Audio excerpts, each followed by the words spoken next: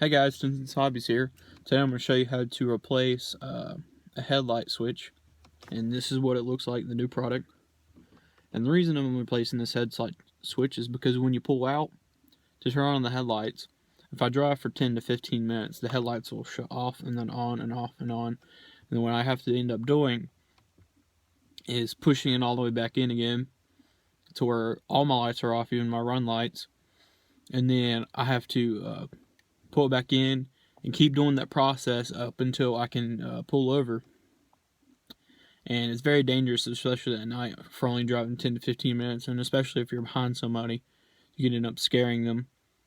And especially if you're going through the mountains, going through curvy roads, and your lights just shut down. It's happened to me before. It's a very scary thing. And so I recommend getting this replaced really fast. They only cost $20 to $30. This one was $20 for me. But what's happened is when you pull out the headlights, the little switch pulls out all and connects all these little terminals on the top here. And what happened is one of these up here went bad, and it will stay on and touch for a while, but then it will click off. So here's that process basically explained by showing you. So when I pull out the headlight switch, there's two clicks. One does the run lights and also turns on your auxiliary lights for night. And the second one, when you pull it out, turns on your headlights, as if you can see. And then there's high beam. Then after driving for 10 to 15 minutes, they'll shut off. And usually if you're on high beam, you only get 5 minutes or maybe a minute. The high beam makes it short out faster. So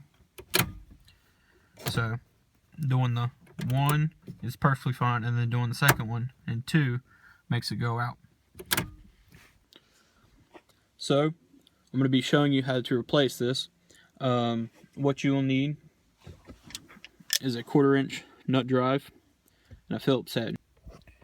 Starting off, taking off the bottom pan right here. Basically what you want to do, you just kind of pull it down a little bit, not too hard, so you don't break any plastic. You just kind of go until it pops down, about like so, to where you can see the metal, and it bends a little bit. And then there will be a 1/4 inch nut right here. You can also use a Phillips head if you do not have a nut driver. And then one down here. I'm not sure if there was originally one from the factory right there. It looks like there used to be one because it has the scratch marks, but I do not have one on this now. Now once you have those off, then this plastic piece can come down. What I recommend doing with the screws is putting them in your cup holder so you can find them for later and they don't fall out anywhere. And then move this plastic piece to the side so you do not break it. Next step is to take out this screw right here and this screw right here. Once you have these screws out, then you can kind of let this drop, but don't let it drop too far because you might break the bottom plastic. But what you do from here is you just slide back, and then those little retaining pins fall out of their holes right there. Okay, now that we have the bottom panels off, when I was doing some investigation, the clip was like this, to where this button is on the side right next to a panel.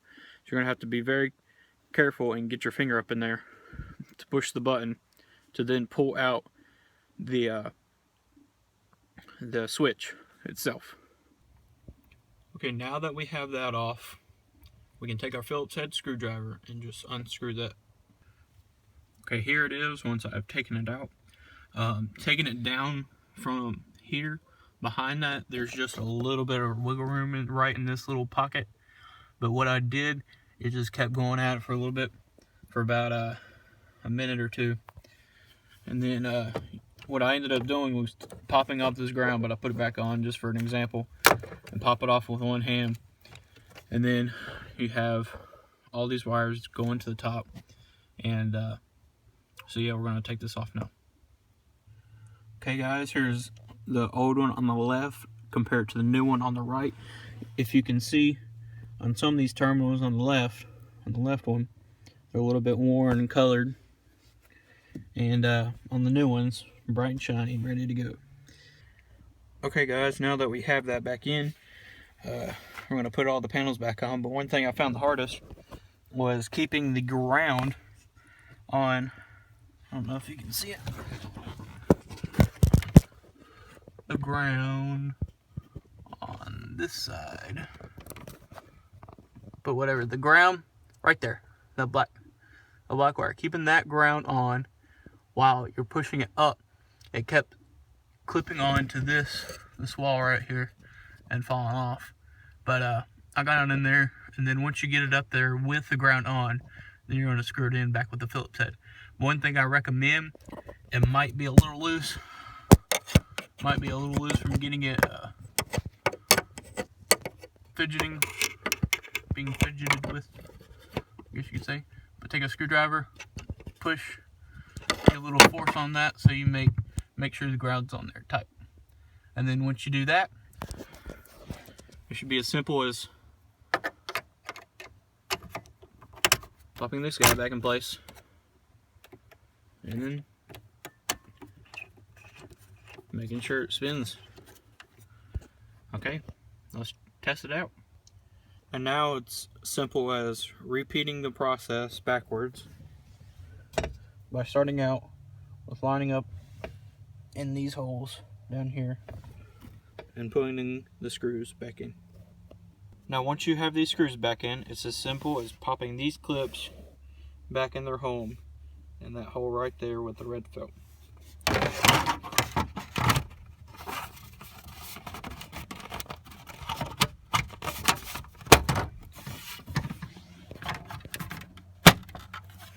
And then re-putting in the screws right here.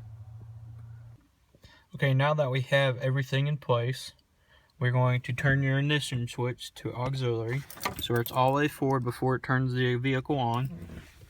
And then we're going to pull the switch. But before we pull the switch, just push it in as far as it will go to make sure you hear it click, because sometimes you'll push it in thinking it's in far enough, but then you pull it all the way out again as if we were taking it off.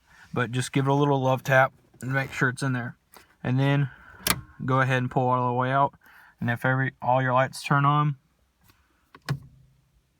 then you're good to go. Now I'm going to test it to see if it fixed my problem.